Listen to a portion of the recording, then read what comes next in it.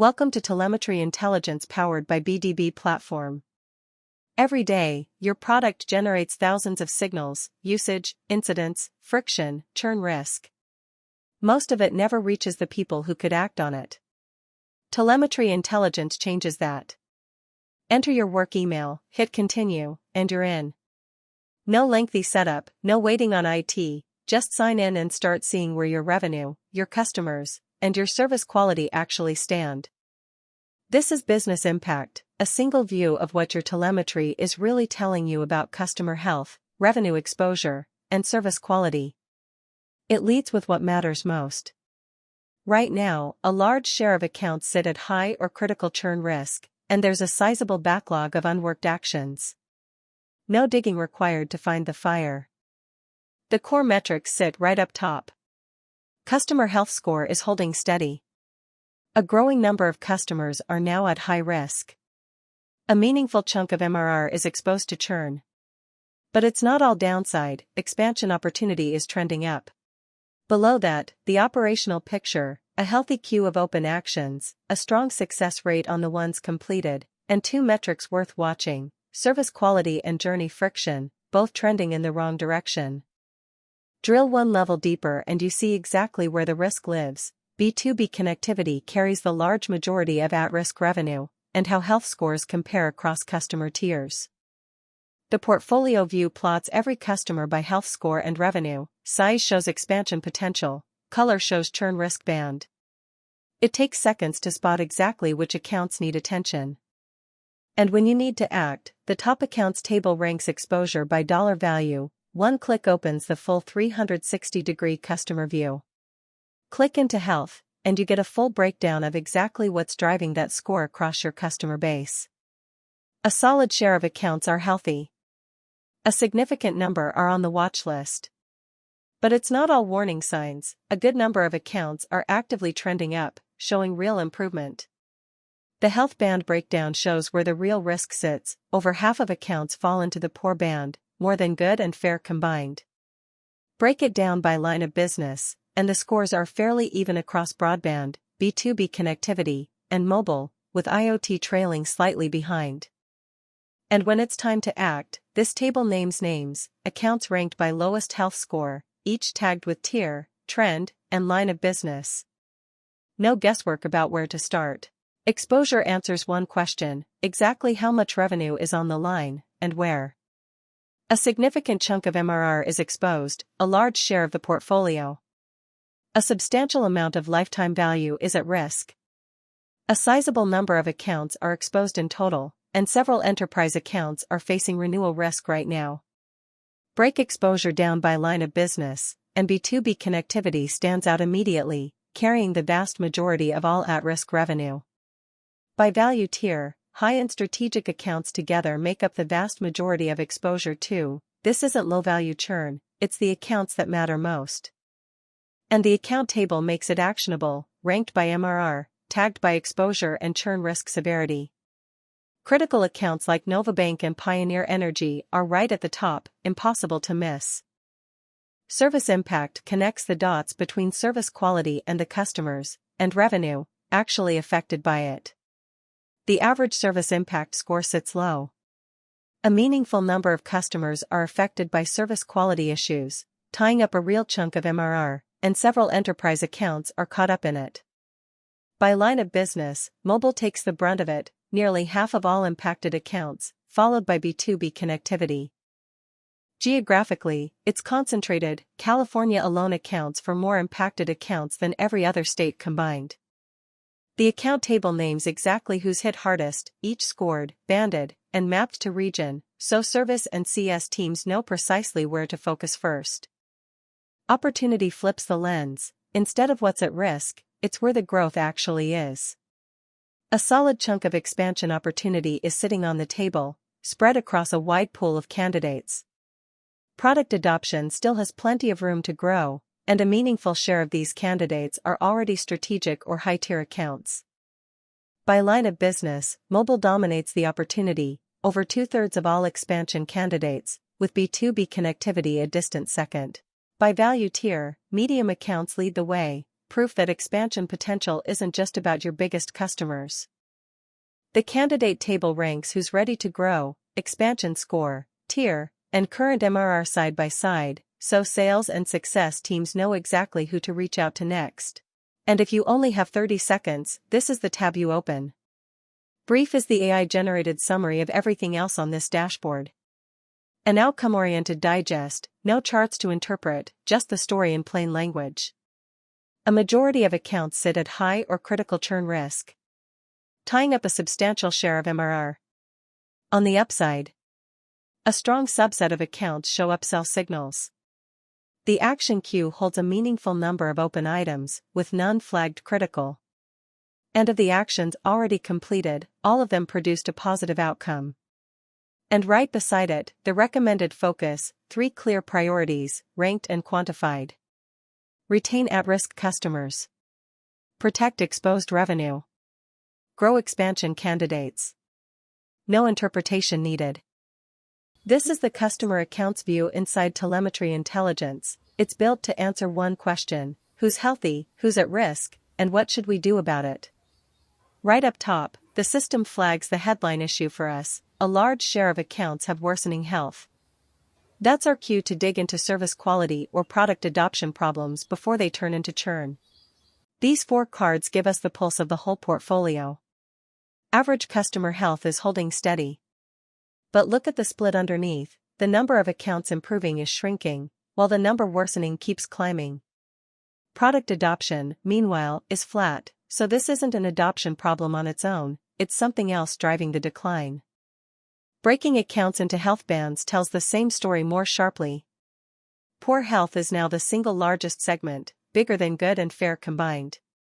That's the group we need to prioritize for outreach. And when we look at the trend mix instead of a snapshot, worsening clearly leads the pack, ahead of both improving and stable. This confirms the trend isn't just a blip, it's the dominant direction of movement across the book. Scrolling down, we get specific: accounts ranked by lowest health score. Right away we see repeat names: Vertex Manufacturing USA and Cobalt Insurance USA, both enterprise accounts, both sitting in the poor band, both trending worse, and both showing weak product adoption. These are high and strategic tier accounts, which raises the stakes. This isn't background noise, it's revenue critical. This is the customer accounts view, on the risk tab. It's built to answer 3 things: who's healthy, who's at risk, and what action to take. You can filter by line of business, value tier, segment, customer type, or region up here in the top right, but let's stay at the portfolio level for now. Right at the top, 3 alerts summarize the state of the business. First, a majority of our accounts are high or critical risk, and that may need portfolio-level intervention. Second, a large group of accounts are showing risk across multiple signal types at once. That's our highest probability churn cohort, and it should be prioritized immediately. Third, a notable number of accounts have high or critical payment risk, which is often a leading indicator of involuntary churn. Below that, the key numbers.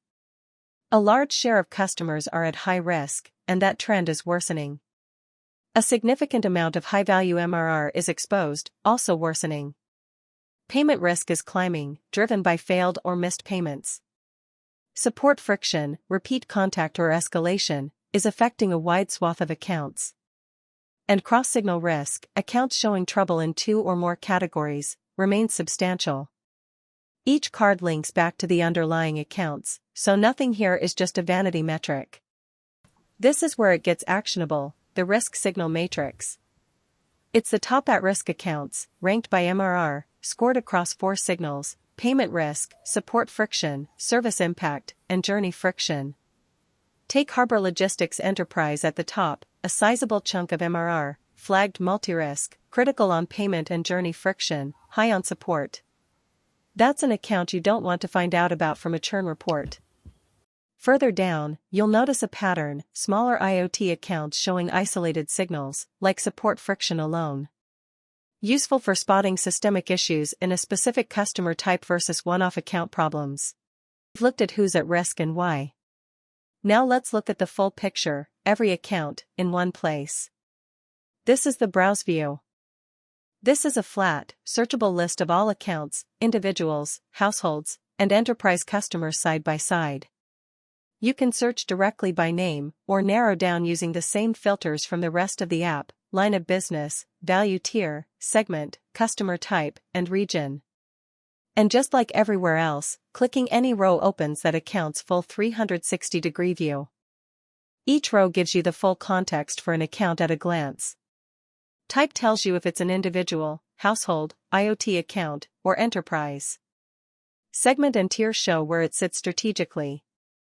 Lob and state give you the operational and geographic context. And then the two numbers that matter most, health and risk, sit right next to MRR, so you can immediately weigh an account's condition against its value. We've seen individual accounts up close.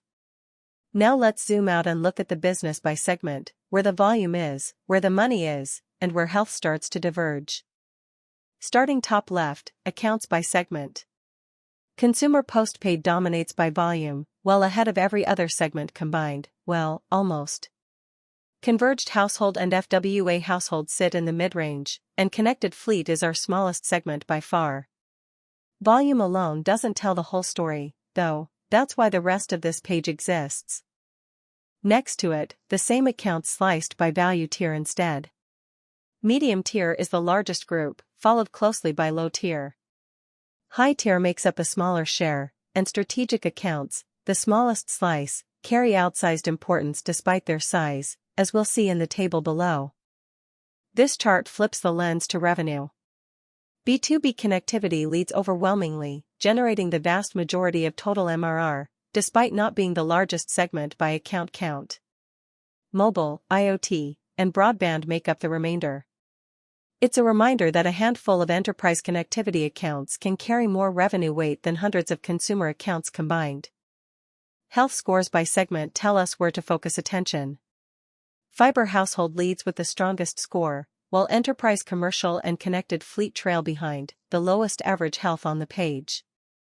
Nothing here is in freefall, but it's a visible gap worth watching, especially given how much MRR enterprise commercial carries. And this table pulls it all together. Consumer postpaid has the most accounts and the most high-risk accounts in absolute terms, but relatively low total MRR. Compare that to enterprise commercial and strategic enterprise, far fewer accounts, but considerably more MRR between them. Same page, two very different risk conversations, one about scale, one about concentration. We've looked at the business by segment. Now let's zoom in on the accounts that carry the most concentrated risk and reward, enterprise. This is a much smaller list, but every account on it deserves individual attention. Two alerts set the stakes immediately. A meaningful share of enterprise accounts are at high or critical renewal risk, and each one of those needs a dedicated account plan and executive engagement, not a generic playbook. Separately, a notable number of enterprise accounts are experiencing service quality issues that may be putting SLA obligations at risk, which calls for immediate coordination between network ops and account management. Just a small handful of accounts make up this entire book, but they represent a substantial amount in total contract value. Of those, a meaningful portion are flagged for renewal risk, and a similar number have open SLA or service risk. When the account count is this small and the dollar value is this large, every one of these numbers has an executive-level conversation behind it. This chart makes the picture unambiguous: every single one of those at-risk renewals sits within B2B connectivity. This isn't a diffuse problem spread across lines of business, it's concentrated in one place, which makes it easier to staff and easier to fix, if we act on it. On the other side of the ledger, expansion. High-tier accounts make up the majority of our expansion candidates, with strategic tier accounts close behind. Renewal risk and expansion opportunity often sit inside the very same accounts, which is exactly why the table below tracks both side by side. Here's where renewal risk, service impact, and expansion opportunity all live on the same row. Keystone Airlines Holdings, high tier, healthy overall, medium renewal risk, but flagged as a critical expansion candidate with a strong annual contract value. Now compare that to Vertex Manufacturing USA. Health has dropped noticeably, renewal risk is critical, and service impact is critical too, on a sizable account. One of these is a growth conversation. The other is a save. We've looked at who our customers are and how much risk they carry. Now let's look at what actually happens when they interact with us, starting with digital journeys. This is the Journeys section, currently on the Digital tab, covering everything from mobile app logins to portal activity. There are several other journey types across the top, and you can adjust the time window up here on the right. We're looking at all time for now. The top row gives us the health of digital journeys at a glance. Total events captures the overall volume moving through the system. Completion rate is holding steady, a strong majority of journeys finish successfully. But failure rate is trending in the wrong direction, and abandonment, journeys that were started but never completed, is worsening as well.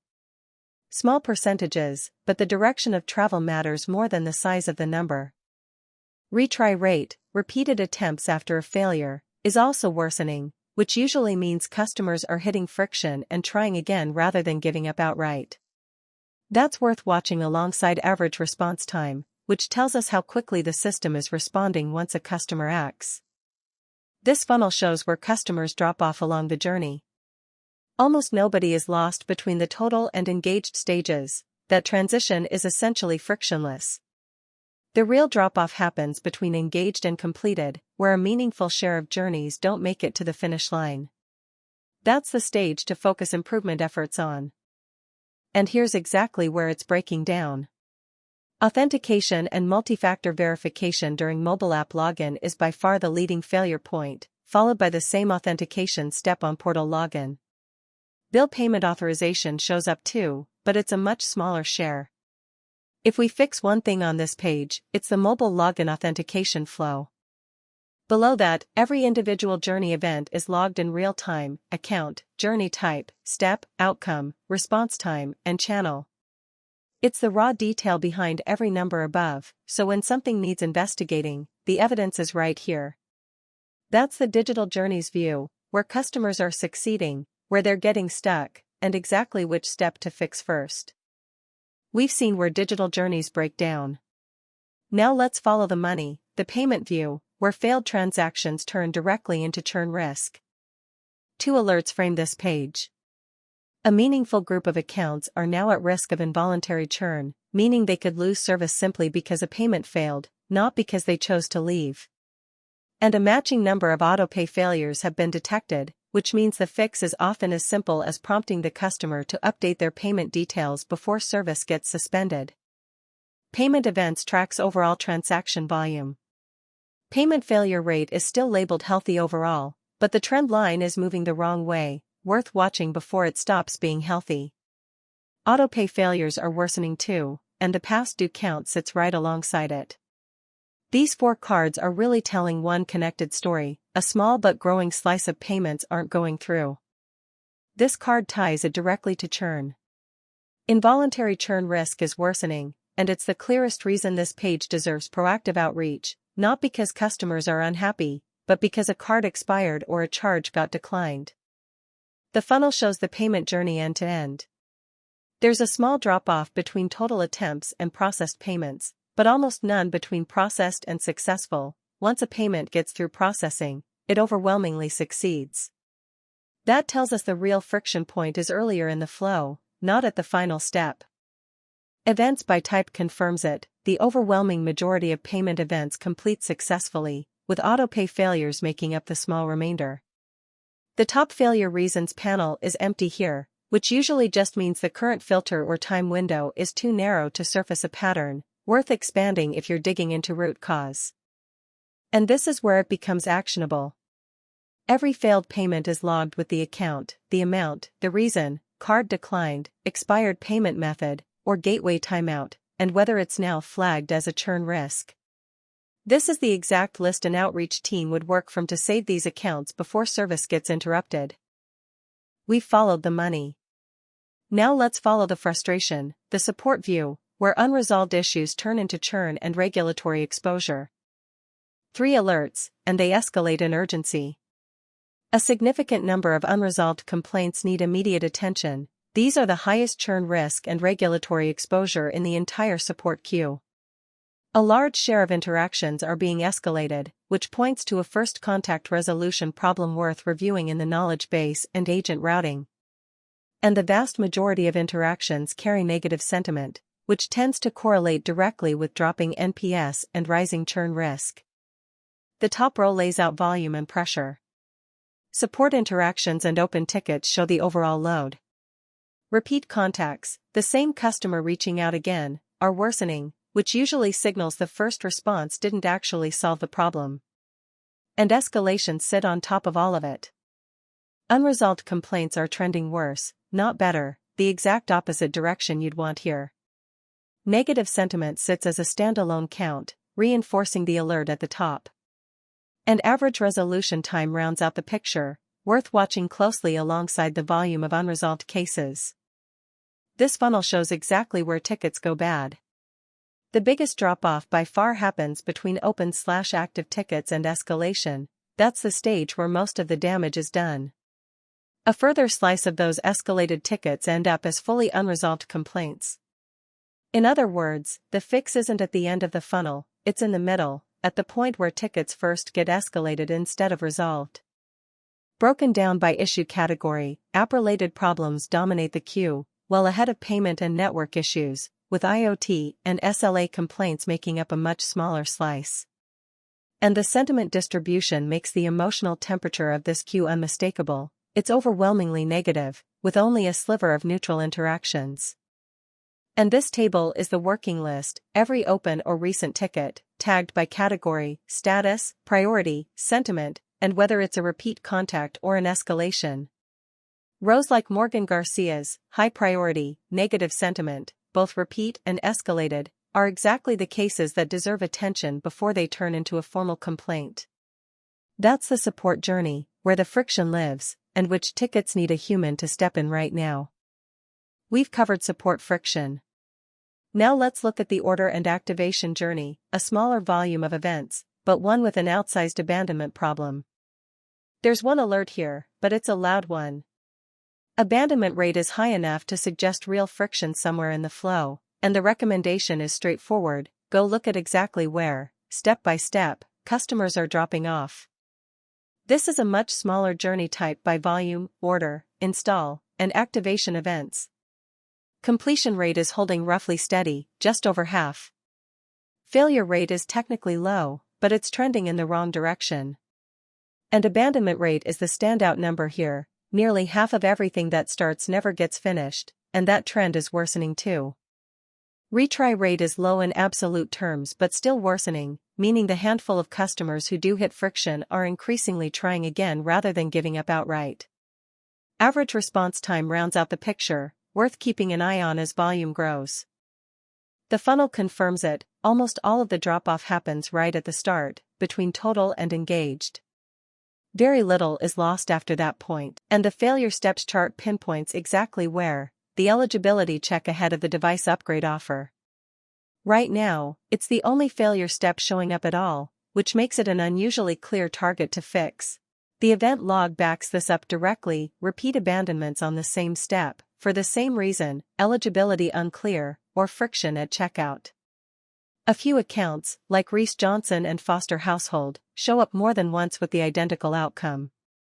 That's not noise, that's a specific, fixable moment in the flow costing us completions every time it happens. We've found where the leaks are. Now let's look at the other side, offers, where growth and revenue opportunity actually get presented to customers. This page has no alert banner, which is itself worth noting. Nothing here is flashing red. Offer interactions is our input signal, not a measure of campaign execution, so treat it as volume rather than performance. Offers accepted is the outcome that matters, translating into an acceptance rate that's healthy without being exceptional.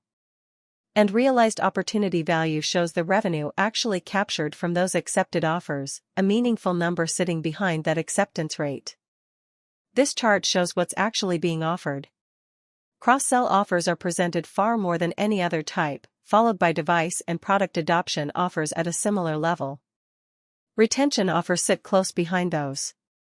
Enterprise expansion and upgrade offers are presented least often, which may simply reflect a smaller eligible audience, or may be worth a closer look if that audience is larger than the volume suggests.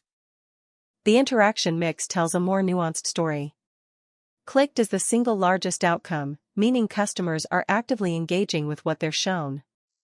But look at where things land after that. Abandoned actually outweighs accepted. So the offers are getting attention, the challenge is converting that attention into a completed acceptance. And the pattern in the table matches the chart exactly. Cross-sell offers, like the home, mobile, and streaming bundle shown to price household, tend to land as clicks and conversions. Premium device upgrade offers tell a different story, abandoned again and again, across very different accounts, all citing the same reason: eligibility, checkout, or activation friction. That's not a targeting problem. It's the same operational friction we saw earlier, now showing up on the revenue side of the business too. Last stop in journeys: adoption. This is about what happens after a customer says yes. Do they actually get the feature working? And how much effort does it take them? There's one alert, and it's an unusual one: every single adoption journey required a retry along the way. That's a strong signal of reliability or UX friction, even when the end result looks fine. This is a small, focused dataset, just digital adoption journeys. And on the surface, the top-line numbers look great. Completion rate sits at the top of the scale and is stable. Failure rate and abandonment rate are both effectively at 0. If you only read these 4 cards, you'd think this journey has no problems at all. But this card tells the real story. Retry rate is also at the top of the scale, and it's worsening. Every customer who completes this journey is getting there only after repeated attempts. Completion isn't the problem, effort is. Customers are succeeding despite the experience, not because of it. The funnel confirms there's no drop-off anywhere: everyone who starts, finishes. And the top failure steps panel has no data to show, which makes sense given there are no failures recorded. But that's exactly why the retry rate matters so much here: it's the only signal exposing friction that the funnel and failure charts can't see. The completions look clean, but response times swing wildly for the same account, like Riley Davis showing up with very different durations each time. This is the service quality dashboard inside Telemetry Intelligence, where network, service, device, app, and incident data get translated into business impact, not just technical noise. Let's walk through what it tracks and why it matters. At the top, you can scope the view by time range, anywhere from 30 days to a full year, and filter by line of business, severity, or region. This lets teams zoom into exactly the slice of the network they're responsible for. Right up front, the dashboard surfaces what needs attention immediately: SLA breaches in this period. Each one carries penalty exposure, so this banner exists to push root cause review and customer communication before it becomes a bigger issue. These 4 cards give the headline numbers at a glance. Total service events across all lines of business: no critical events in this period, a good sign. High severity events and SLA breaches flagged as at risk. Each card includes an info icon for definitions, so there's no ambiguity about what's being measured. Below that, we see the human side of the numbers: customers affected in total, and an average time to resolve. This connects technical events directly to customer experience. This donut chart breaks events down by severity. Medium severity dominates, followed by high. That distribution helps prioritize where engineering and support resources should focus. Here we see the same events broken out by line of business. Mobile leads by far at 66% of total events, followed by B2B connectivity, broadband, and IoT. This view is key for identifying which product lines are generating the most service load. Finally, the recent events table gives a granular, row-level view: time, signal type, severity, affected service, line of business, users impacted, mean time to resolve, and SLA status. Notice this row: a high-severity SLA breach on managed SD-WAN, affecting a large number of users with a lengthy resolution time, exactly the kind of event the alert banner up top was flagging. Now let's move to the incidents view inside service quality. While the quality tab gives a broad health check, this view drills into actual incidents: what caused them, where they happened, and how long they took to resolve. Same filtering controls as before: time range, line of business, severity, and region, so you can narrow the incident view down to exactly what you're investigating. The banner flags incidents in this period, with a direct call to action: review the root cause distribution and prioritize the highest impact lines of business for infrastructure remediation. The headline metrics here: total incidents, customers affected, total outage time, and average incident duration. Together, these translate raw incident counts into real customer and business impact. And separately, average recovery time, MTTR, is tracked here. Tracking this alongside incident duration helps separate how long the problem lasted from how fast the team responded. This chart breaks incidents down by root cause. Transient latency is by far the leading cause, with enterprise service dependency degradation accounting for the rest. This is exactly the kind of view the banner pointed us to. It tells engineering teams where to focus remediation efforts first. Geographically, Florida stands out with the highest number of incidents, far ahead of every other region, followed by Massachusetts. Georgia, by contrast, sees very few. This kind of regional breakdown is critical for prioritizing infrastructure investment and local support resourcing. The recent incidents table gives the full audit trail: reference ID, incident type, severity, affected service, duration, users impacted, root cause, and region. Notice the top 3 rows: all high-severity SLA breaches on managed SD-WAN, tied to enterprise service dependency degradation.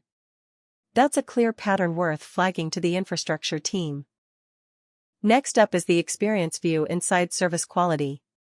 Where the Incidents tab focused on root causes and regions, this view zooms in on the customer side: who's actually being affected, and how often. The same familiar controls are here: time range, line of business, severity, and region, so this view can be scoped down just as precisely as the others. For headline numbers here: customer impacting events, tagged specifically for business impact customers touched. Overall, a portion of those are enterprise customers and an average number of events per customer. That last figure is worth pausing on. The average events per customer suggests impact isn't evenly spread. A small group is likely absorbing a disproportionate share of events. That's confirmed here in the most impacted customers table. Morgan Garcia and Jamie Chen top the list, both individual accounts on the unlimited start plan. Below them, Avery Patel and Jordan Williams follow close behind.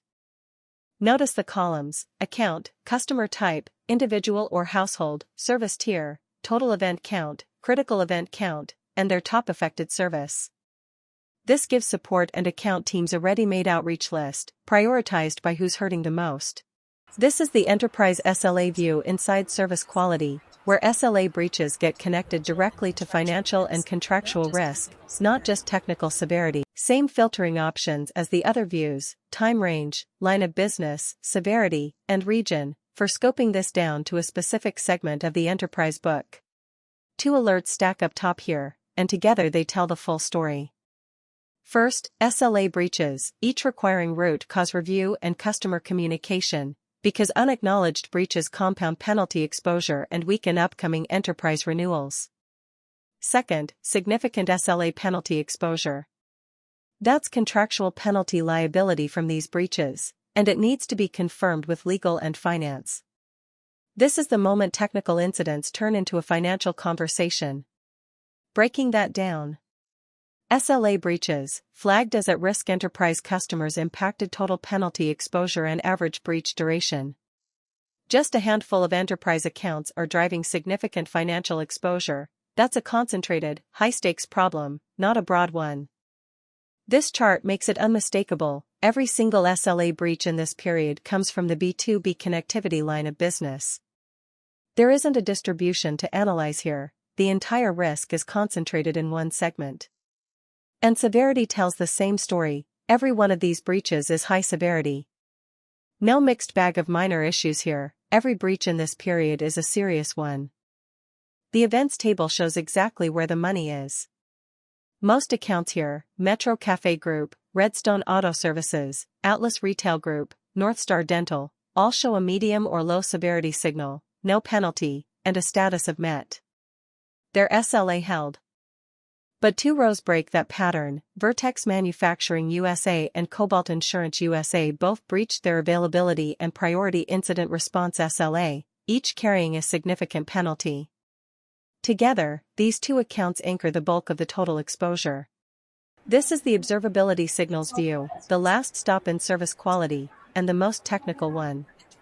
Where Enterprise SLA showed us financial exposure, this view shows the raw telemetry underneath it, errors, latency, and availability, straight from the monitoring stack. Same filtering controls as the rest of service quality, time range, line of business, severity, and region. Two warnings anchor this view. First, average availability sits below the SLA threshold. Enterprise customers on high availability contracts may already be at penalty exposure because of this. Second, the average error rate is elevated. Elevated error rates like this are early indicators of service degradation, often showing up here before customers ever file a complaint. This is the dashboard doing its job, catching problems before they become tickets. The top row, observability signals captured, alerts generated, no critical signals in this period, and a large share of these signals are directly linked to customer outcomes. That last point is important, it's the bridge between raw telemetry and real business impact. Below that, the three core health metrics, average error rate, average latency, and average availability, explicitly flagged as degraded. These three metrics are the technical root of everything we saw in the SLA and incident views. Breaking signals down by category, application errors dominate, more than double the next largest category. Incidents and impact scope signals follow, while root cause signals are the smallest group. This tells the team where the noise is actually coming from, it's application-level errors, not infrastructure root causes, driving signal volume. And these signals come from a genuinely multi-vendor stack, Datadog leads, closely followed by Dynatrace, New Relic, and Splunk, with the internal telemetry pipeline rounding it out. No single tool dominates, this dashboard is pulling everything together into one unified view. The table gives the row-level detail, timestamp, source system, signal type, affected service, severity, error percentage, latency, and availability. Look at this row from Dynatrace, a notable error rate spike on the payment and login API for Business Internet Pro. That's a real, specific issue an engineer could act on immediately, not just an abstract statistic. This is revenue intelligence, it answers 4 questions in one view: what revenue is at risk, why it's at risk, which accounts are involved, and what action protects it. We're looking at the At Risk tab, with time range set to all time. Right away, the system flags the headline risk: a majority of portfolio MRR is currently exposed. That crosses the threshold this org has set for requiring immediate retention action, so this isn't a passive metric, it's a trigger. Want me to update this directly in the at-risk script file, or apply the same remove numbers treatment across all 5 scripts? 4 figures anchor the page. Revenue at risk is marked exposed and trending worse, a substantial share of total portfolio MRR. ARPU exposed mirrors that same figure. CLV at risk reframes the short-term MRR number into long-term customer value, so leadership sees the real stakes. And accounts exposed is also worsening. Want me to go ahead and update the full script file with numbers stripped throughout, or just keep doing it line by line as you flag them? Next, where is this risk concentrated? Breaking exposure down by line of business, mobile leads by a clear margin, followed by B2B connectivity and device. Broadband, digital app, and content trail well behind. Zooming out to the full portfolio, managed services is actually the single highest exposure line, with digital app the lowest. And by customer value tier, exposure is split almost evenly between high-value and strategic accounts. That's the part that should worry a retention team. This isn't low-value churn noise, it's concentrated in the accounts that matter most. This waterfall shows the mechanics behind the number. Starting from total MRR, churn risk pulls out a significant chunk, leaving a much smaller net protected figure. In other words, more than half the starting revenue base is currently under threat before any retention action is taken. Finally, the table brings it down to individual accounts, like Novabank Enterprise, appearing repeatedly with high exposure and medium to high churn risk, despite a stable trend. This is the actionable layer, a ranked list of exactly who to call first. If the at-risk tab shows the threat, protection shows the response, what's actually been saved, gained, and resolved so far. Revenue saved is marked protected, that's revenue that was at risk and has since been secured. Revenue gained is tagged as growth, this is upside captured on top of retention, not just defense. Total protected combines both. Customers retained shows no data for this period, worth noting as a gap, since churn-avoided counts aren't currently populating here. Success rate shows just under half of protection efforts attempted in this window actually converted into a saved or grown outcome. That's a useful counterbalance to the dollar figures. It tells us how efficient the intervention process is, not just how much money moved. Breaking the save down by owner team, operations is responsible for effectively all of it, the only bar on the chart. That's a concentration worth calling out. Right now, protection work is running through a single team. And when we look at how these wins were achieved, it splits almost evenly between two outcome types, issue resolved and product adopted.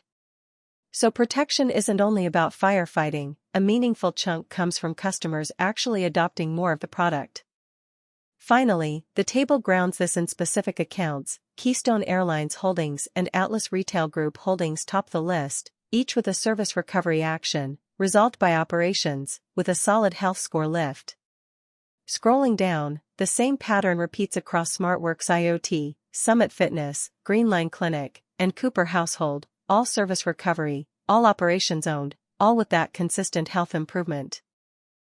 The third piece of revenue intelligence is payment risk. This isn't about customers choosing to leave, it's about revenue lost to broken payments, failed cards, expired methods, timeouts. Involuntary churn. The last analytical tab is value segments. This is the structural view. Instead of risk or recovery, it answers a simpler question: where does our revenue actually live, and how concentrated is it?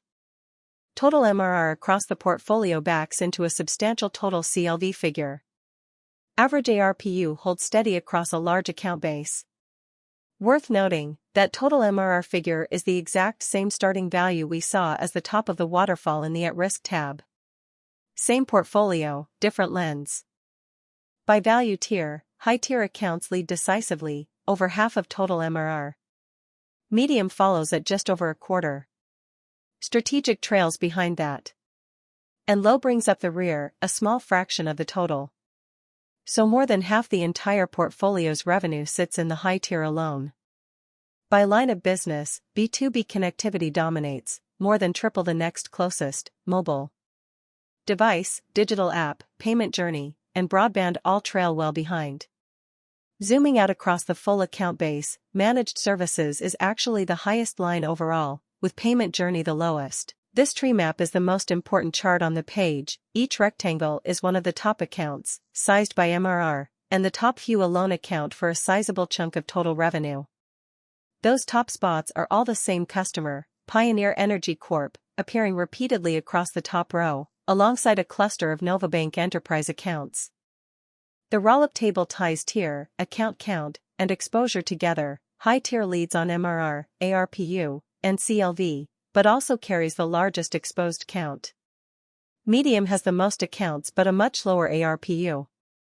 Strategic is tiny by account count, yet carries serious weight per account, and every single one of those accounts is currently exposed. The final tab is forecast. This shifts the view forward. Instead of what's already at risk or already saved, it asks, based on current trend direction, where is this portfolio headed? The banner sets the tone immediately. A significant share of accounts show a declining revenue trend. The system's own read is direct. A significant portion of the portfolio is contracting, and it recommends a portfolio-level retention review, not just account-by-account triage. A large group of accounts are currently tagged declining revenue accounts, and that trend itself is marked declining, meaning it's getting worse over time, not just static. Declining MRR is also worsening. On the other side, a solid group of accounts are stable, and another meaningful group are actually growing, tagged with an improving trend. So the portfolio is genuinely split three ways: a large declining group, a stable middle, and a smaller but improving growth segment. The donut chart confirms the split precisely. Declining is the largest segment, just under half the portfolio. Stable follows behind that, with increasing close after. So it's not that the whole book is shrinking, but decline is the single largest category, larger than stable and growing combined, just barely. Breaking the decline down by line of business, mobile leads by a wide margin, followed by digital app and device. Broadband and B2B connectivity are much smaller, with payment journey in between. Zooming out to the full account base, mobile is confirmed as the highest, with content the lowest. The proactive review list brings this down to specific accounts to act on now. Pioneer Energy Corp appears repeatedly at the top, high tier, B2B connectivity line, every single one tagged declining trend with medium churn risk. This is the same account we saw dominating the concentration tree map in value segments, so this isn't a new name, it's confirmation that our single largest customer relationship is currently trending in the wrong direction. This is growth intelligence, the mirror image of revenue intelligence. Instead of tracking what's at risk, it tracks upsell, cross-sell, bundle, device, adoption, and enterprise expansion opportunity, ranked by likelihood and value. We're starting on the expansion tab, the top-level view. 4 figures anchor the page. Expansion opportunity value is tagged growth and trending upward. Expansion candidates, a large pool of accounts currently qualify. Average expansion score is also improving, a genuinely high average likelihood score. And strategic tier candidates, a meaningful slice of those candidates sit in the strategic tier, the accounts where an expansion win carries outsized value. Breaking candidates down by line of business, mobile dominates the total. B2B connectivity follows well behind that. Broadband and IoT trail even further back. So expansion opportunity, like the risk we saw in revenue intelligence, is heavily concentrated in mobile. By value tier, medium is the largest segment. Low follows close behind, high trails that, and strategic is a thin sliver at the top. That's worth sitting with for a second. Most of the volume here is medium and low tier.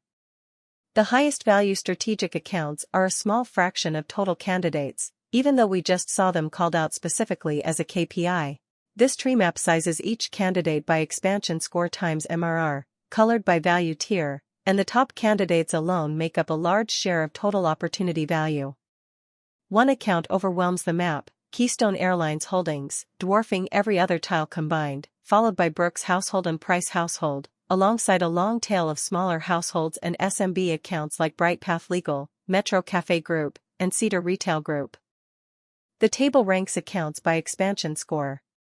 Nearly every row shares the same score and critical band, a threshold cutoff, not a fine-grained ranking.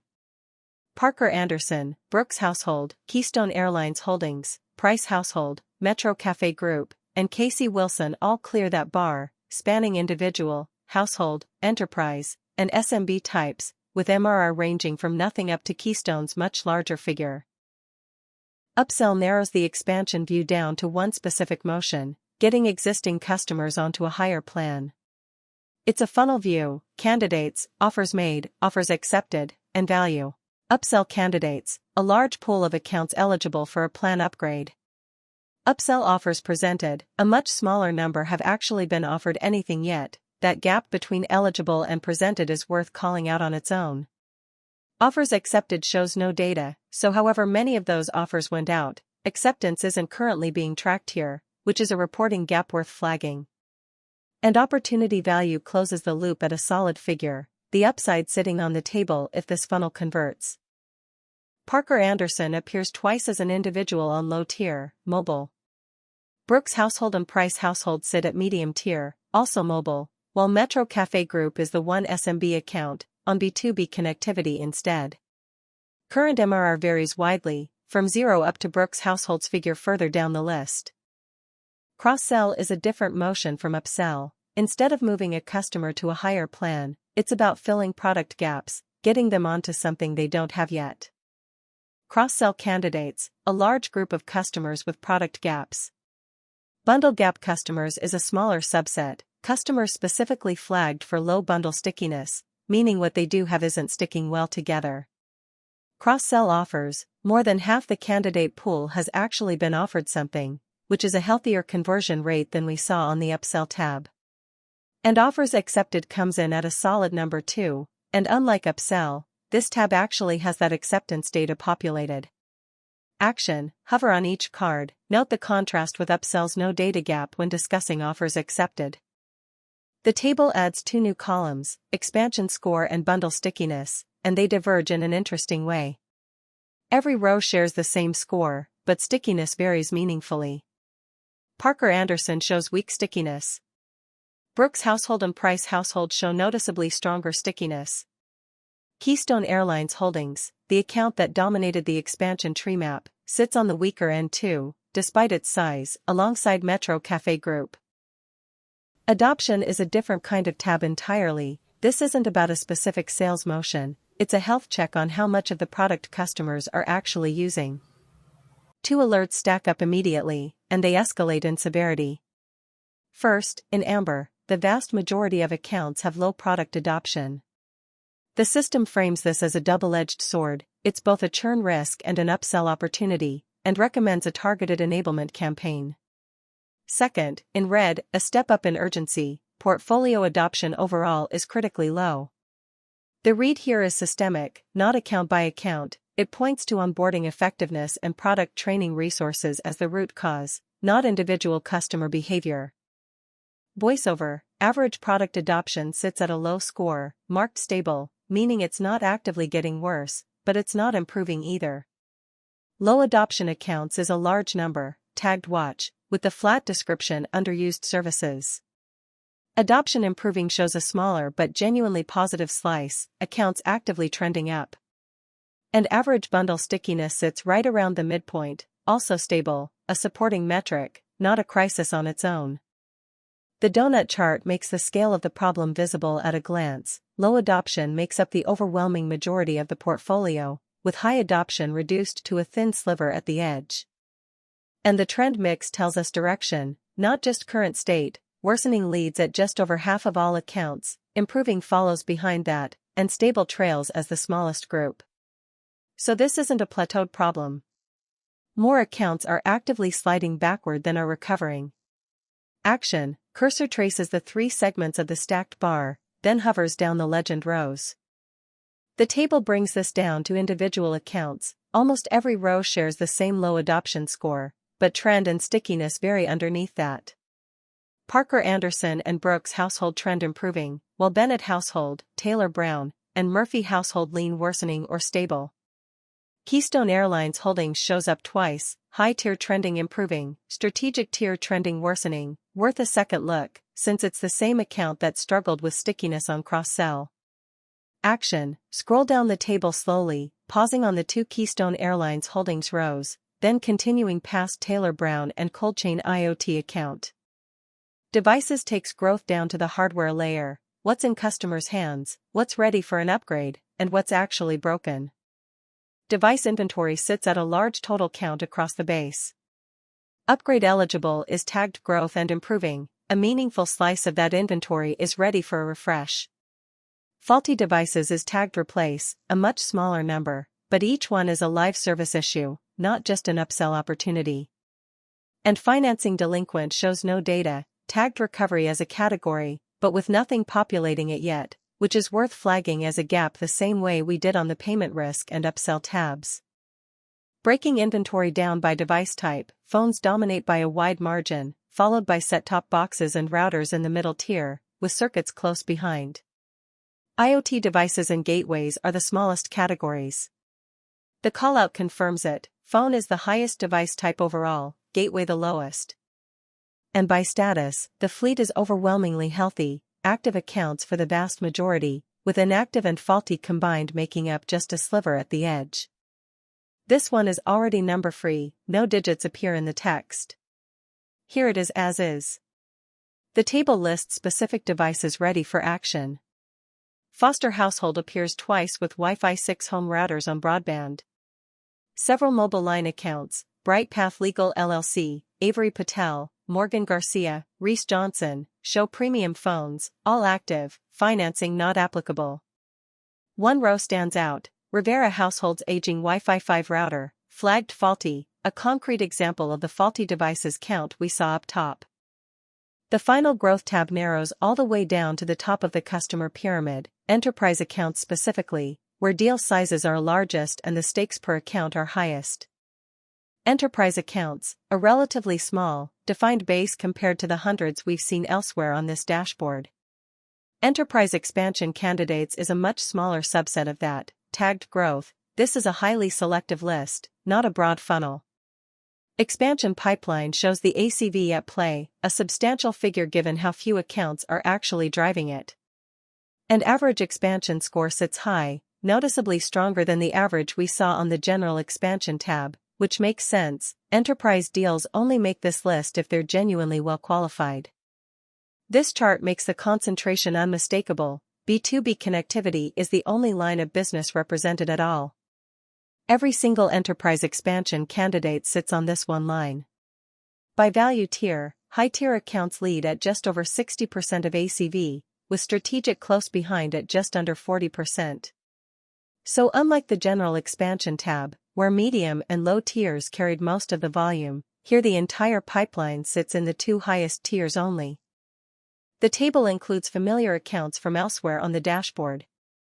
Keystone Airlines Holdings appears 3 times across high and strategic tiers, while Pioneer Energy Corp appears twice.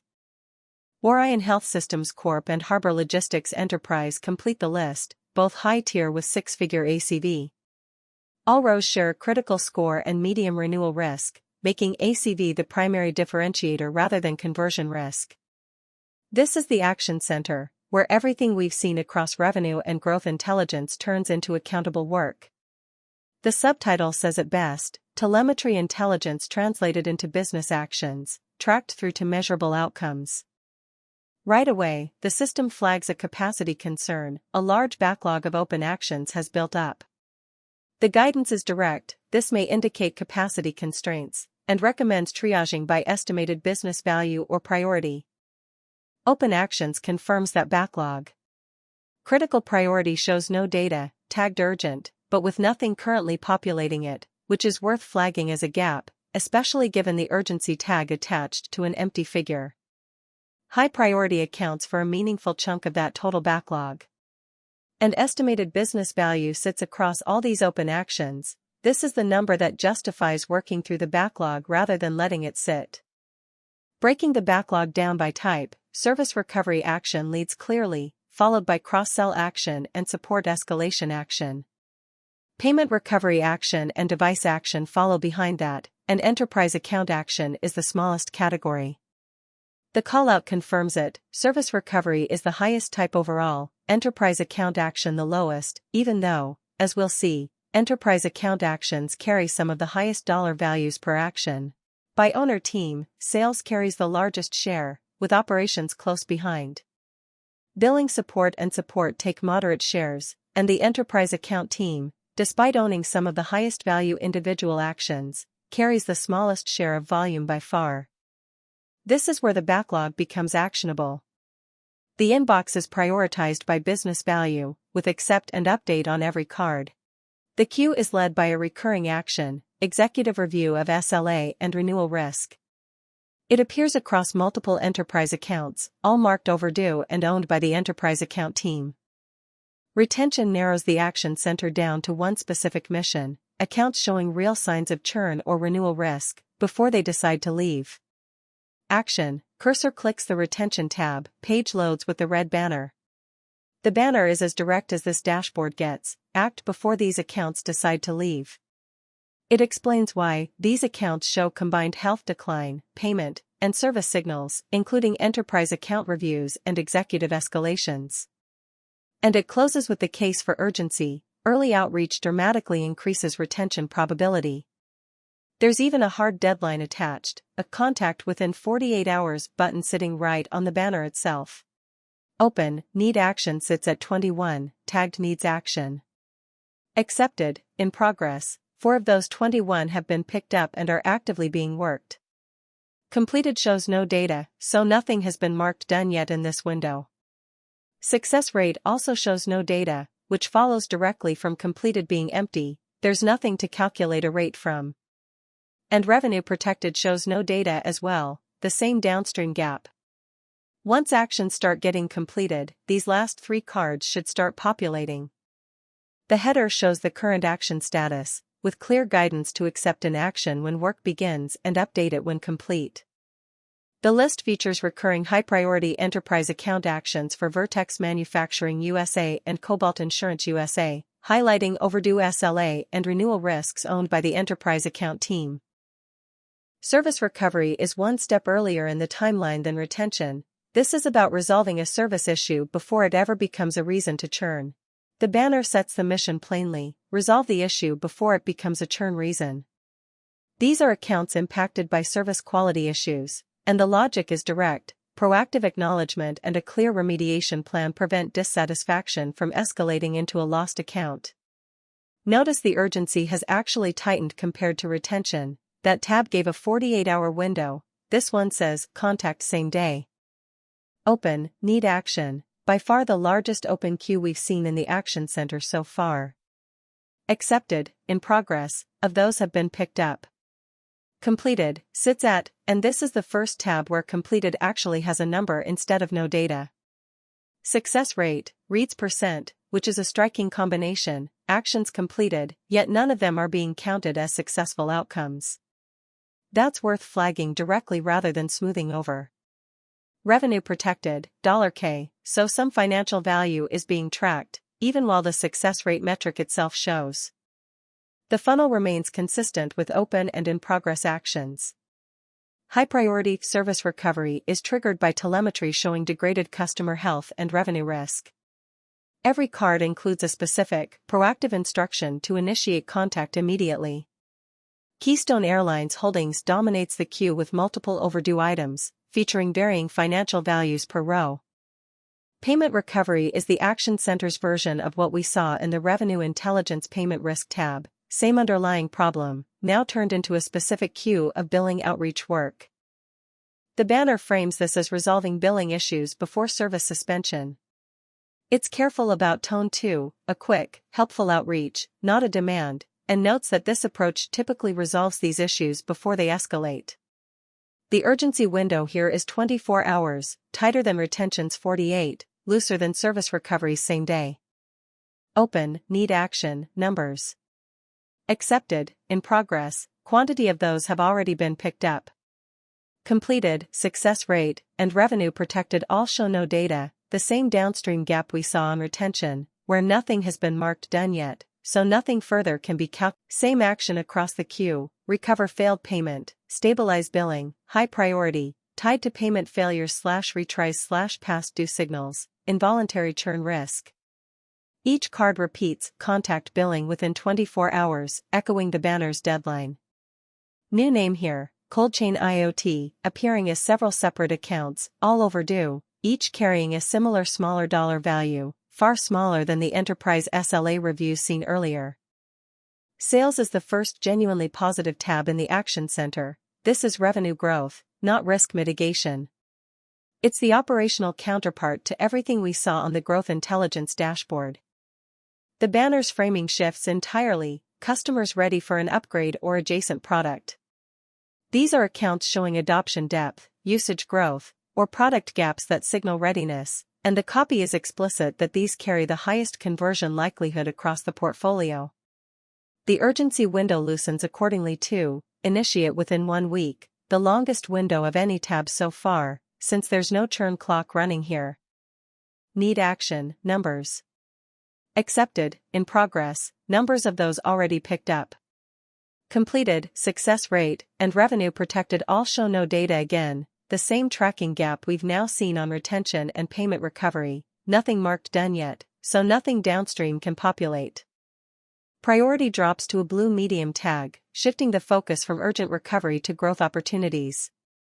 A device-led growth initiative, proposed device / router upgrade, tied directly to hardware age and eligibility. Each card instructs the user to initiate an upgrade conversation. Keystone Airlines Holdings remains at the top with multiple overdue cards, each holding an identical valuation. Product is the operational twin of the adoption tab we saw in Growth Intelligence, same underlying problem, turned into individually assigned enablement work.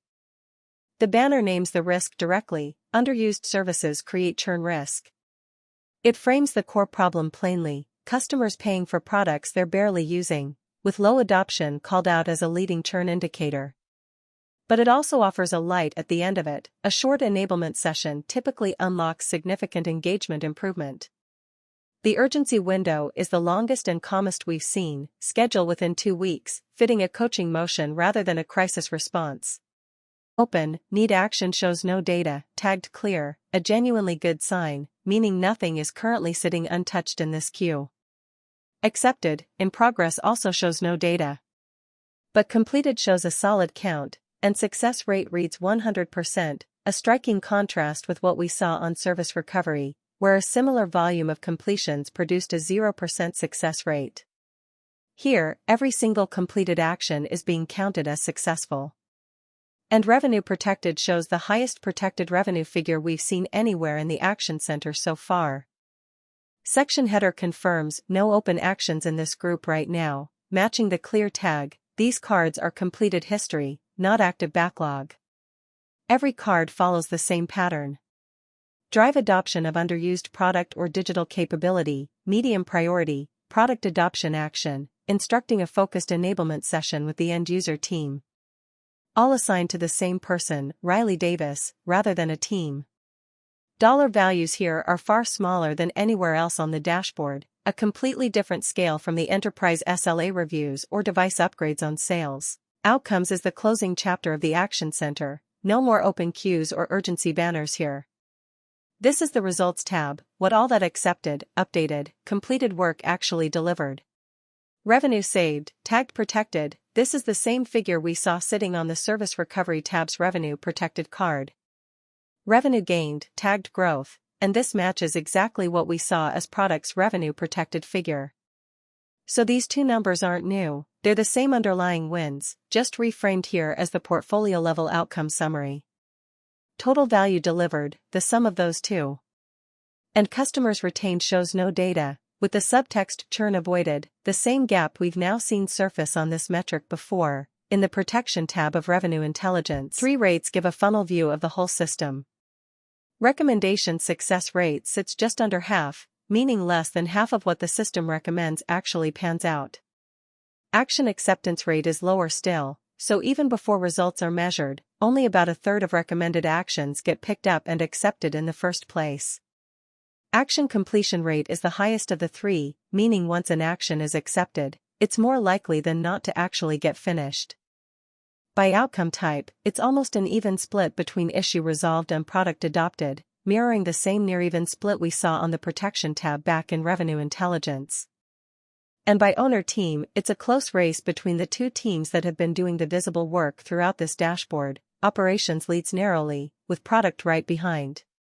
Notably, sales and the enterprise account team don't appear here at all, despite carrying real backlog earlier in the Action Center, which suggests their wins either aren't being recorded yet, or haven't converted into logged outcomes. This flow chart draws the clearest line in the whole dashboard. Product adoption action leads directly and entirely to product adopted outcomes, and service recovery action leads directly and entirely to issue resolved outcomes, a clean one-to-one mapping on both sides, in and out. That means every action type in the completed record converted cleanly into its matching outcome, with no leakage between categories. The table brings this down to individual wins. Keystone Airlines Holdings and Atlas Retail Group Holdings top the list, same names and dollar figures as the Revenue Intelligence Protection tab. Every row shares the same result: partially successful. The same issue resolved outcome, and the same closed date, suggesting this batch was processed or reported together, rather than closing organically over time. Thank you for watching.